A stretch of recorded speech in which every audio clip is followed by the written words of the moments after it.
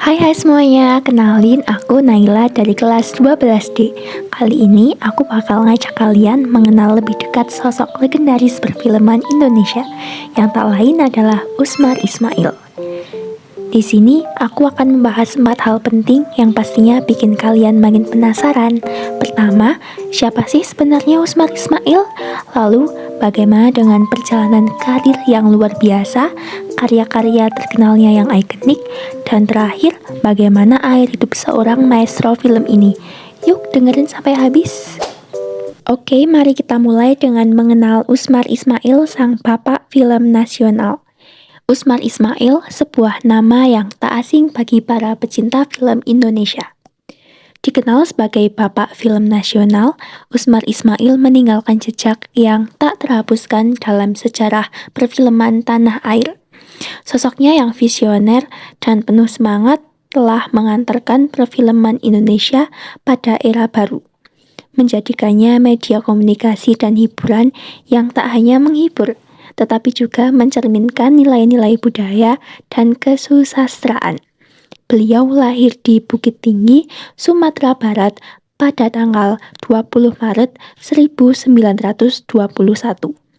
Sejak kecil, Usmar telah menunjukkan bakat dan minatnya pada seni dan sastra. Selanjutnya kita bahas perjalanan karir Usmar Ismail yang penuh pencapaian gemilang. Di tahun 1950 mendirikan perusahaan film nasional Perfini. Film pertamanya, Darah dan Doa, dianggap sebagai film nasional pertama. Lalu pada 1952, bersama Jamaluddin Malik mempelopori penyelenggaraan festival film yang mempersatukan produser film dalam negeri. Nggak berhenti di situ, pada 1962 menerima Piagam Wijaya Kusuma dari Presiden Soekarno atas pengabdiannya di bidang film dan kesenian. Dan di tahun 1971, beliau diangkat sebagai warga teladan Jakarta berkat jasa memajukan pariwisata Jakarta lewat film dan klub malam.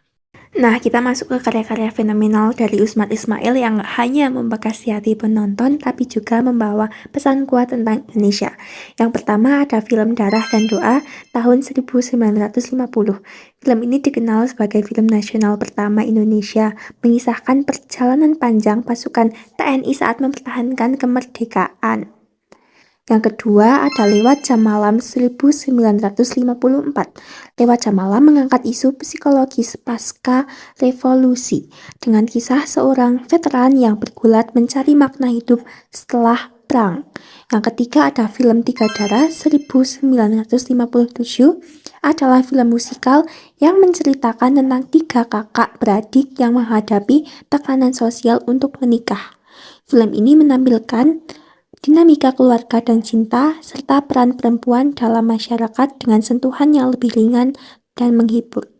Yang keempat adalah film 6 Jam di Jogja 1951, berlatarkan pada serangan umum 1 Maret 1949. 6 Jam di Jogja menggambarkan heroisme para pejuang Indonesia dalam mempertahankan Yogyakarta selama 6 jam. Nah, sekarang kita masuk ke materi terakhir, yaitu akhir hidup Usmar Ismail. Usmar Ismail dikenal sebagai bapak perfilman Indonesia, mengakhiri hidupnya dengan penuh dedikasi pada dunia seni dan budaya. Setelah melalui karir yang gemilang dalam menghasilkan karya-karya film yang menggugah seperti Darah dan Doa dan Tiga Darah, Usmar mengalami penurunan kesehatan. Pada 2 Januari 1971, di usia 50 tahun, Usmar Ismail meninggal dunia akibat pendarahan otak. Hingga akhir hayatnya, ia tetap dihormati sebagai pionir perfilman nasional, meninggalkan warisan besar bagi industri film Indonesia. Itulah sekilas kisah Usmar Ismail, seorang maestro yang tak hanya menciptakan film, tapi juga membangun identitas perfilman nasional. Terima kasih telah mendengarkan, semoga semangat dan warisannya selalu menjadi inspirasi bagi kita semua.